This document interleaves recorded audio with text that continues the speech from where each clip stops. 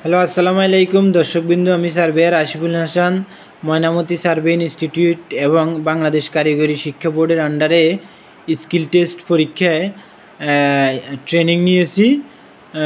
সেজন্য আজকে আমি জায়গা জমি সংক্রান্ত বিষয়ে কিছু তথ্য আপনাদের সামনে তুলে ধরতে চাই, যা জনসাধারণের জ্ঞাতার্থে এবং জনসাধারণের জানা একান্তই প্রয়োজন মনে করছি।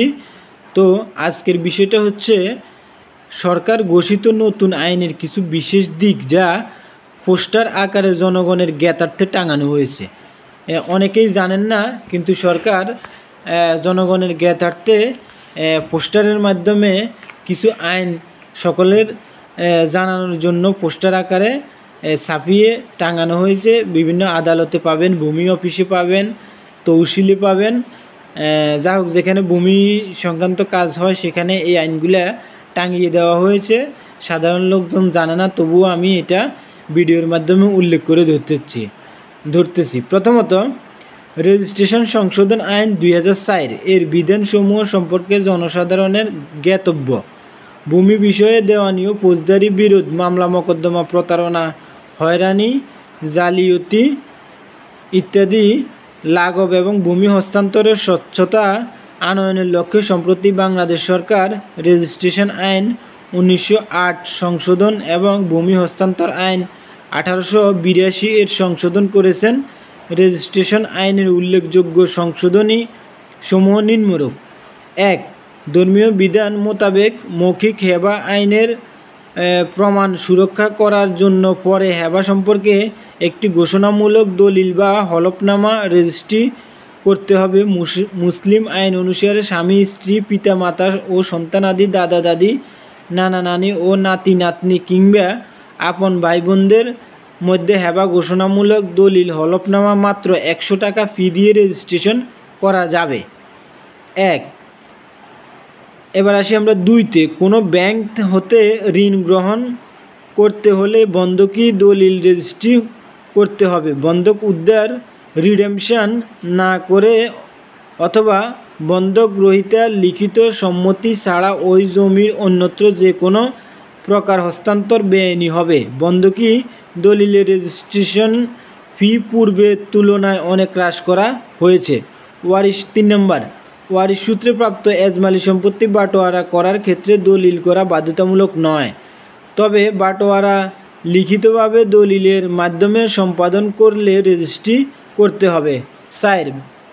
বায়না চুক্তি রেজিস্ট্রেশন বাধ্যতামূলক করা হয়েছে। চুক্তি বলবৎ থাকাকালীন উক্ত একটি জমি অন্যত্র যে কোনো প্রকার হস্তান্তর বেআইনি হবে। পূর্বে যে সকল বায়না হয়েছে কিন্তু রেজিস্ট্রি করা হয়নি, সেগুলো আগামী 1 জানুয়ারি 2006 তারিখের মধ্যে রেজিস্ট্রি করতে হবে, অথবা মূল সাব কবলা দলিল রেজিস্ট্রি করে নিতে হবে, অন্যথায় ওই বানোয়া অকার্যর হয়ে যাবে। 5. সাবকবলা দান, হেবা এবং হেবা ঘোষণাপত্র দলিল সারা দেশে একই পদ্ধতিতে লেখার সুবিধার্থে একটি সহজ ফরম্যাট নির্ধারণ করা হয়েছে। নির্ধারিত ফরম্যাটে ওই সকল দলিল লেখা 1 অক্টোবর 2005 থেকে বাধ্যতামূলক। 6. স্থাবর সম্পত্তি হস্তান্তরের ক্ষেত্রে উক্ত সম্পত্তির খতিয়ান দলিল দাতার নামে হতে হবে, তবে মালিকানা উত্তরাধিকার সূত্রে প্রাপ্ত হলে দাতার পূর্বে পুরুষের নামে খতিয়ান থাকলেও চলবে। 7. রেজিস্ট্রেশনের সময় দলিলের দাতা এবং গ্রহীতা উভয়ের ছবি দিতে হবে। 8. দলিল রেজিস্ট্রেশন সময় সাব রেজিস্ট্রি অফিসে গ্রহীতার উপস্থিত বাধ্যতামূলক নয়। দলিলে গ্রহীতার দস্তখত এবং ছবি সাব রেজিস্ট্রারের সম্মুখে দিতে হবে না। গ্রহীতার ছবি এবং দস্তখত দলিলে থাকলেও গ্রহণযোগ্য হবে। জমি রেজিস্ট্রেশনের সময় 9. জমি রেজিস্ট্রেশনের সময় ক্রেতা বা বিক্রেতাকে দলিল লেখক কর্তৃক শনাক্ত করতে হবে না। 10. প্রবাসী কোনো নাগরিক দেশে উপস্থিত না থাকলে প্রচলিত নিয়মে নিবন্ধন আমোক্তার নামার মাধ্যমে দলিল রেজিস্ট্রি সম্পন্ন করতে হবে। 11. আদালত কর্তৃক ডিক্রিপ্রাপ্ত বা নিলামে ক্রয়কৃত স্থাবর সম্পত্তির জন্য 25 বছরের মালিকানার সংক্ষিপ্ত ইতিহাস প্রয়োজন হবে না। বায়নাপত্র ব্যাংকের অনুকূলে বন্ধক নির্ধারিত ব্যক্তিবর্গের মধ্যে হেবার ঘোষণা দলিল হলফনামা রেজিস্ট্রেশনের জন্য গণ্য ফি নির্ধারণ করা হয়েছে। 12 বায়নাপত্র ব্যাংকের অনুকূলে বন্ধক নির্ধারিত ব্যক্তিবর্গের মধ্যে হেবার ঘোষণা দলিল হলফনামা রেজিস্ট্রেশনের জন্য নগণ্য ফি নির্ধারণ করা হয়েছে। 13 ওয়াকফ দলিল বন্টননামা দলিল ও নাদাবি দলিলের নতুন কোনো ফি ধার্য হয়নি। 14 1 জুলাই 2005 তারিখে পূর্বে সম্পাদিত বায়না চুক্তি ব্যতীত অন্য কোনো দলিলের ক্ষেত্রে সংশোধিত আইনের কোনো বিধান কার্যকর হবে না।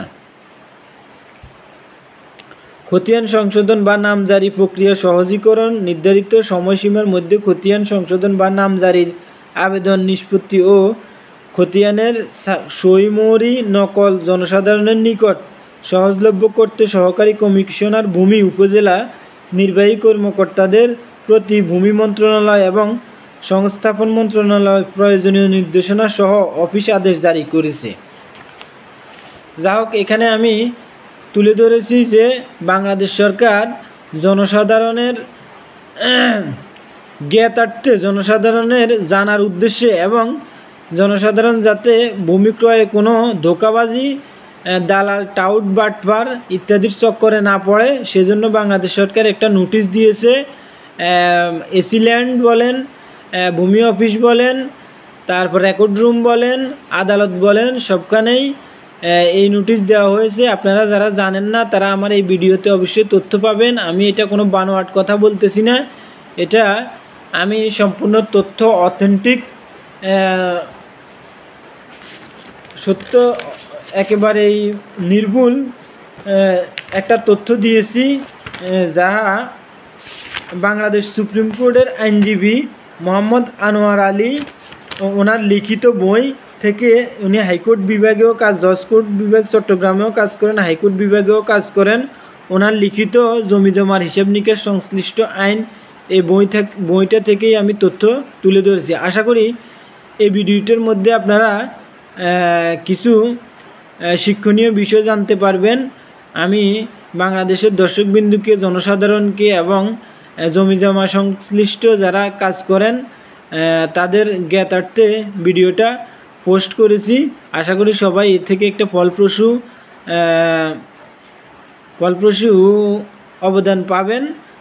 সবাই আমার জন্য দোয়া করবেন। আমি সার্ভেয়ার আশিকুল হাসান, নোয়াখালী ব্যায়ামগঞ্জ থেকে। সবাইকে অসংখ্য ধন্যবাদ।